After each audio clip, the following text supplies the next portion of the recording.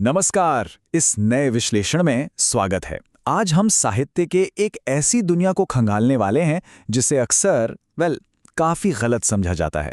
हम बात कर रहे हैं चिकलिट की। शुरुआत में इस जॉनरे को सिर्फ हल्के फुल्के मनोरंजन और फैशन के चश्मे से देखा गया, लेकिन असलियत में ये पहचान, प्रोफेशनल एम्बिशन और हमारी कल्चरल हेरिटेज यानी सांस्कृतिक विरासत का एक बहुत ही जटिल और मजेदार कॉम्बिनेशन है। तो चलिए सीधे इस मुद्दे में उतरते हैं और इसके नए पहलुओं को गहराई से समझते हैं। बात शुरू करते हैं इस जॉनर को झेलने वाली उस शुरुआती और सच कहा जाए तो थोड़ी कड़वी आलोचना से। डोरिस लेसिंग और बरेल बेनब्रिज जैसी बहुत ही मशहूर लेखिकाओं ने इसे सीधे तौर पर इंस्टेंटली फॉरगेटेबल और एक झाग या फ्रॉथ जैसा बताया था। और पता है, यहीं से एक मिथ बन गया कि भाई ऐसी किताबें तो सिर्फ उन लोगों के लिए हैं जो छुट्टियों में बीच पर कुछ हल्का फुल्का पढ़ना चाहते हैं, जहां कहानी सिर्फ पिंक कवर्स, हाई हील्स और शॉपिंग के इर्द गिर्द घूमती हैं। पर क्या सच में इस पूरे जॉनर को इतनी आसानी से खारिज किया जा सकता है? बिल्कुल नहीं। आज के इस विश्लेषण में हम इन अहम बिंदुओं पर चर्चा करेंगे। पहला, बियॉन्ड द पिंक कवर्स। दूसरा, द लेंस ऑफ आइडेंटिटी। तीसरा, नेविगेटिंग प्रोफेशनल एम्बिशन। चौथा, डायस्पोरा एंड कल्चरल हेरिटेज। फिर हम आएंगे ग्लोबलाइजिंग द फॉर्मूला पर, और आखिर में देखेंगे द ट्रांसफॉर्मेटिव न्यू हीरोइन। इन अलग अलग आयामों के जरिए हम उन पुरानी आलोचनाओं को पीछे छोड़ेंगे और इस जॉनरे की असलियत को स्टेप बाय स्टेप समझेंगे। तो चलिए अपने पहले हिस्से से शुरुआत करते हैं, beyond the pink covers, myth versus reality.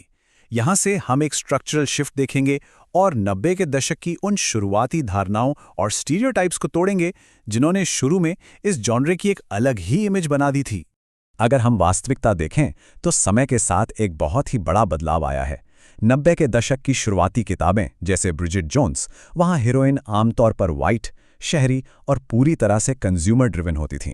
लेकिन आज की कंटेम्प्रेरी दुनिया में हीरोइंस डायस्पोरिक हैं, उनकी संस्कृति हाइब्रिड है, और सबसे बड़ी बात, वो सिर्फ शॉपिंग मॉल्स में नहीं घूम रहीं, बल्कि सिस्टम में मौजूद भेदभाव और सामाजिक पक्षपात का डटकर सामना कर रही हैं।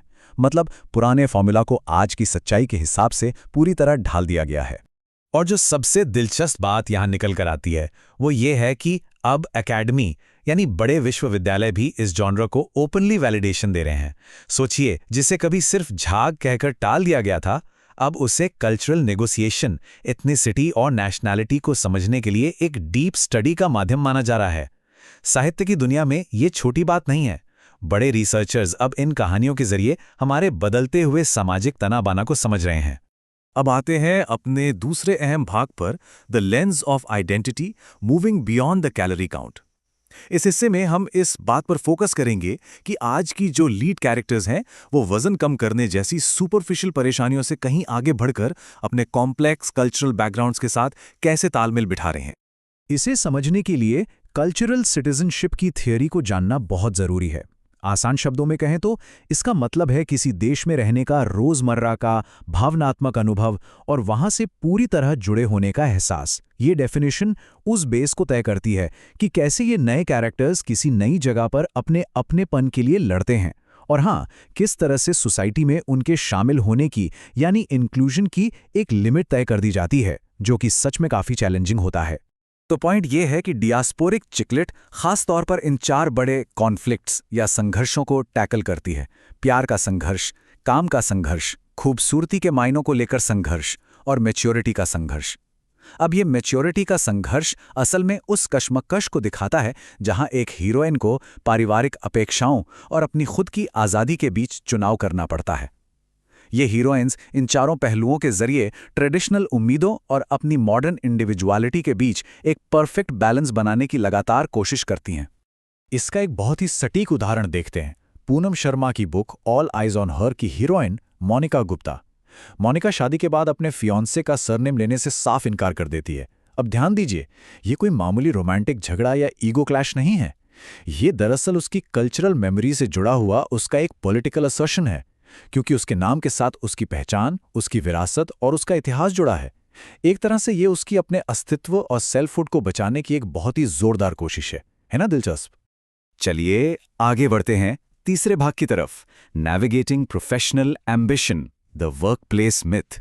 यहां हम देखेंगे कि कैसे ये जॉनरा हमारे प्रोफेशनल स्पेसेस में मौजूद मेरिटोक्रेसी यानी सिर्फ योग्यता ही सब कुछ है, इस आदर्शवादी मिथक पर गहरे सवाल उठाता है।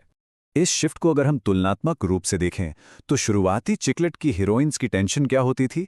डेटिंग में कोई गलती हो गई, वार्डरोब मैलफंक्शन या दिन भर कैलोरी गिनना। पर अब आज की डायस्पोरिक हीरोइन की चुनौतियां बिल्कुल अलग लेवल की हैं।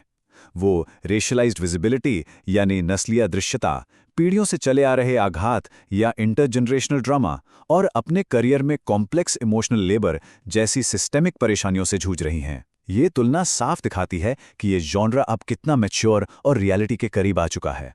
एक और चीज़ अक्सर दिखती है, वर्कप्लेस पर दो महिलाओं के बीच के कंपटीशन को हमारी पितृसत्तात्मक सोच अक्सर एक कैटफाइट बोलकर छोटा कर देती है। लेकिन यहाँ कहानी कुछ और ही है। जैसे मोनिका गुप्ता और उसकी कलीग स्टेफनी के बीच की राइवलरी किसी आम पर्सनल ड्रामा से कहीं आगे है। ये दरअसल मेल डोमिनेटेड प्रोफेशंस में छिपी हुई उस स्केर्सिटी मेंटालिटी को बेनकाब करती है, जहां महिलाओं को लगातार ये एहसास दिलाया जाता है कि उनके आगे बढ़ने के लिए लिमिटेड सीट्स हैं, इसलिए उन्हें आपस में ही लड़ना होगा। ये सिर्फ एक प्लॉट पॉइंट नहीं बल्कि सोसाइटी पर एक बहुत बड़ा स्ट्रक्चरल क्रिटिक है। अब बढ़ते हैं चौथे भाग की तरफ, diaspora and cultural heritage, the push and pull. ये हिस्सा एक ग्लोबलाइज्ड नियोलिबरल दुनिया और अपने देश की मिट्टी से जुड़े रहने के बीच की जो खींचतान है, उसको विस्तार से एक्सप्लोर करता है। समाज शास्त्री क्लॉडिया बेल का एक बहुत ही जबरदस्त मानना है कि न्यूजीलैंड एक ऐसा देश है जो खुद को लगातार बताता रहता है कि वो कौन है। हर दिन ऐसे मैसेजेस आते हैं जो इस बात की पुष्टि करते हैं कि ये एक महान देश है। ये कोट यहाँ इसलिए ज़रूरी है क्योंकि ये समझाता है कि कैसे इंटरनेशनल लेखिकाएं अपने आसपास के लैंडस्केप्स का इस्तेमाल करके नेशनल आइडेंटिटी को गढ़ती हैं। ये सिर्फ शहर की चमक धमक दिखाना नहीं है, बल्कि साहित्य के जरिए एक राष्ट्र के रूप में अपनी पहचान को बार बार मजबूती से स्थापित करना है। इसे एक उदाहरण से समझते हैं, न्यूजीलैंड की वैलीवुड कॉमेडीज। वहाँ का जो लोकल चिकलेट है ना, वो बिना सोचे समझे किए गए कंज्यूमरिज्म को बिल्कुल प्रमोट नहीं करता, बल्कि उसके बजाय वो लोकल डिजाइनर्स को सपोर्ट करने, अपने स्थानीय उत्पादों का जश्न मनाने और लोकल इकोनॉमी को फायदा पहुंचाने पर जोर देता है। मतलब ये सिर्फ अंधाधुंध शॉपिंग नहीं है, ये नेशनलिस्ट प्राइड और सबसे अहम मीनिंगफुल कंजम्पशन का एक बेहतरीन तरीका है। आइए अब देखते हैं पांचवां भाग, globalizing the formula, a world wide phenomenon. अब हमारा फोकस इस बात पर होगा कि इस फॉर्मेट में आखिर कितनी फ्लेक्सिबिलिटी है और इसने खुद को अलग अलग कल्चर्स में कैसे ढाला है। देखा जाए तो दुनिया भर में लेखिकाओं ने इस पॉपुलर फॉर्मूला को अपनी ज़रूरतों के हिसाब से हाईजैक कर लिया है, ताकि वो जेंडर और एथनिसिटी के मुद्दों पर खुलकर बात कर सकें। इंडिया में हमें लड़की लिट देखने को मिलती है, लातिना रीडर्स की कहानियां चिका लिट के रूप में सामने आई हैं, ब्लैक रीडर्स के अनुभव सिस्टा लिट बन गए हैं और ब्राजील से लेकर टर्की तक इसके अपने अलग स्थानीय वर्जन्स धूम मचा रहे हैं। हर कल्चर ने इस जॉनरे को अपनाकर इसमें अपनी मिट्टी की महक और एक नई ग्लोबल आवाज डाल दी है। और ध्यान देने वाली बात यह है कि यह सिर्फ वेस्टर्न देशों की बात नहीं है। सऊदी अरेबिया जैसे देश में भी, जहां गर्ल्स ऑफ रियाद जैसी किताबें आई हैं, वहां इसका असर साफ दिखता है। वहां के लेखिकाओं ने इस जॉनरा का बड़ी चतुराई से इस्तेमाल किया है। उन्होंने महिलाओं को लाचार या बेचारी विक्टिम्स के रूप में नहीं, बल्कि ऐसी एक्टिव एजेंट्स के रूप में पेश किया है जो सख्त परंपराओं और तेजी से बढ़ते वेस्टर्न इन्फ्लुएंसेस के बीच अपने नए रास्ते खुद तय कर रही हैं। ये सच में रिमार्केबल है।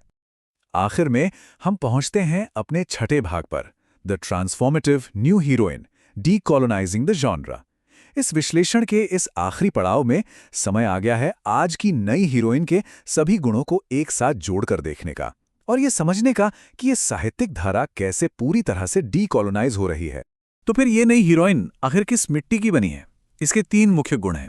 पहला, वो कल्चरली रूटेड है, यानी चाहे वो कितनी भी आधुनिक हो, वो अपनी मिट्टी और परंपराओं से गहरी जुड़ी हुई है। दूसरा, वो एथिकली रिफ्लेक्टिव है, अपने आसपास की दुनिया और अपने हर फैसले पर वो नैतिक रूप से सोच विचार करती है। और तीसरा, सबसे अहम गुण, वो अनअपोलोजेटिकली एम्बिशियस है।